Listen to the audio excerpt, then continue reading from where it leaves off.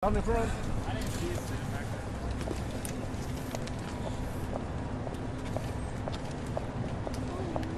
Hello, everybody. A couple of questions, Caroline. Happy Friday.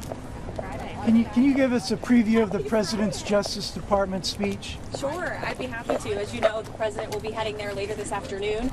The Attorney General will be there, as well as the FBI Director, Kash Patel. And the President is going to give a speech focused on restoring law and order to our country. In the last 4 years under the Biden administration, we unfortunately saw a Department of Justice that was weaponized against Americans for their political ideologies. It was not focused on fighting violent crime and restoring law and order and public safety. So the President will be talking about his intention to restore those very basic American values to our country. And he will also be there with fentanyl families and angel moms who have lost their children at the hands of illegal migrant criminals who the previous administration allowed into our country, and also, of course, to illegal Chinese fentanyl, which, as you all know, the President feels very strongly about cracking down on drug cartels, drug trafficking, and human trafficking as well. So you'll hear about all that later this afternoon. I don't want to get ahead of the President any more than that. Caroline, do you think the President will talk to President Putin during the day? I don't have anything on the President's schedule, but that could obviously always change. As you saw his Truth Social this morning, he is putting pressure on President Putin and the Russians to do the right thing. Yesterday was a productive day for the United States of America and for the world in terms of peace. We have never been this close to peace.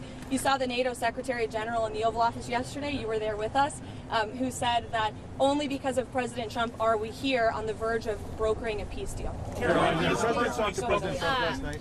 Did the President talk to President Trump last night on the phone? President Trump talked to President. Did President Trump talk to President Putin last night on the phone? He did not. No. He did Steve not. Witkoff Nope. spoke to him yesterday in Moscow, as you know.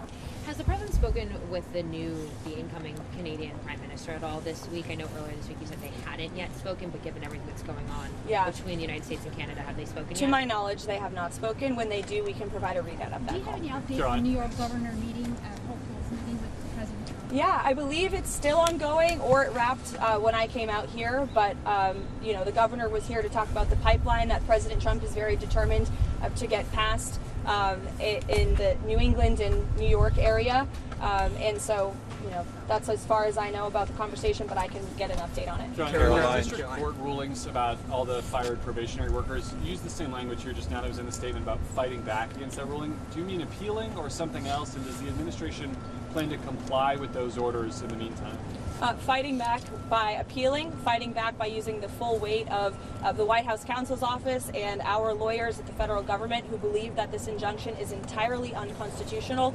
And it is, for anybody who has a basic understanding of the law. You cannot have a low-level district court judge filing an injunction to usurp the executive authority of the President of the United States. That is completely absurd. And as the executive of the executive branch, the President has the ability to fire or hire. And you have these lower level judges who are trying to block this President's agenda. It's very clear. And as I just cited, I was appalled by the statistic when I saw it this morning.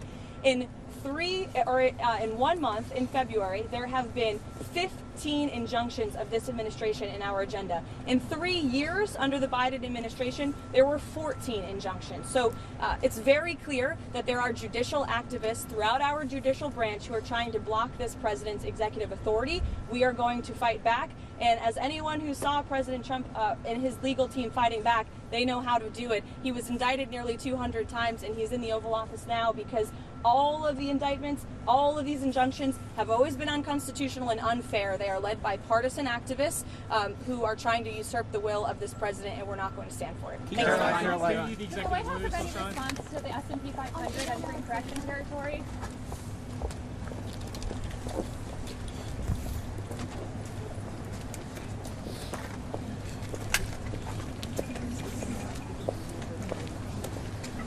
So, Patricia got in the bottom, she's got